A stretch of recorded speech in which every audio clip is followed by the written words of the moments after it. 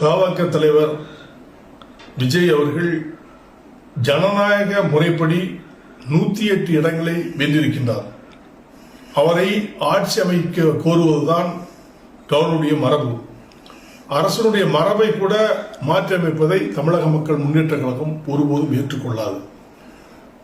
இதற்கு மக்களுடைய ஆதரவுகள் இருந்தும் மீண்டும் நீ ஆதாரத்தோடு 118 பேரோடு வர வேண்டும், அப்பொழுதுதான் ஆட்சி அமைக்க முடியும் என்று சொல்வது அது சமூக நீதிக்கு எதிரானது, அரசியல் சாசனத்துக்கு எதிரானது.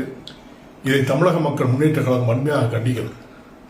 இந்த நிலையை உடனடியாக கவர்னர் கவனத்திற்கு சென்று உடையாக மாற்றி உடையாக அவரை ஆட்சி அமைக்க அழைக்க வேண்டும் என்று வலியுறுத்தினேன். பெரும்பான்மையை நிரூபிக்க வேண்டிய இடம் சட்டமன்றமே தவிர ஆளுநர் மாளிகை அல்ல என்பதை தெளிவாக தெரிந்து கொள்ள வேண்டும்.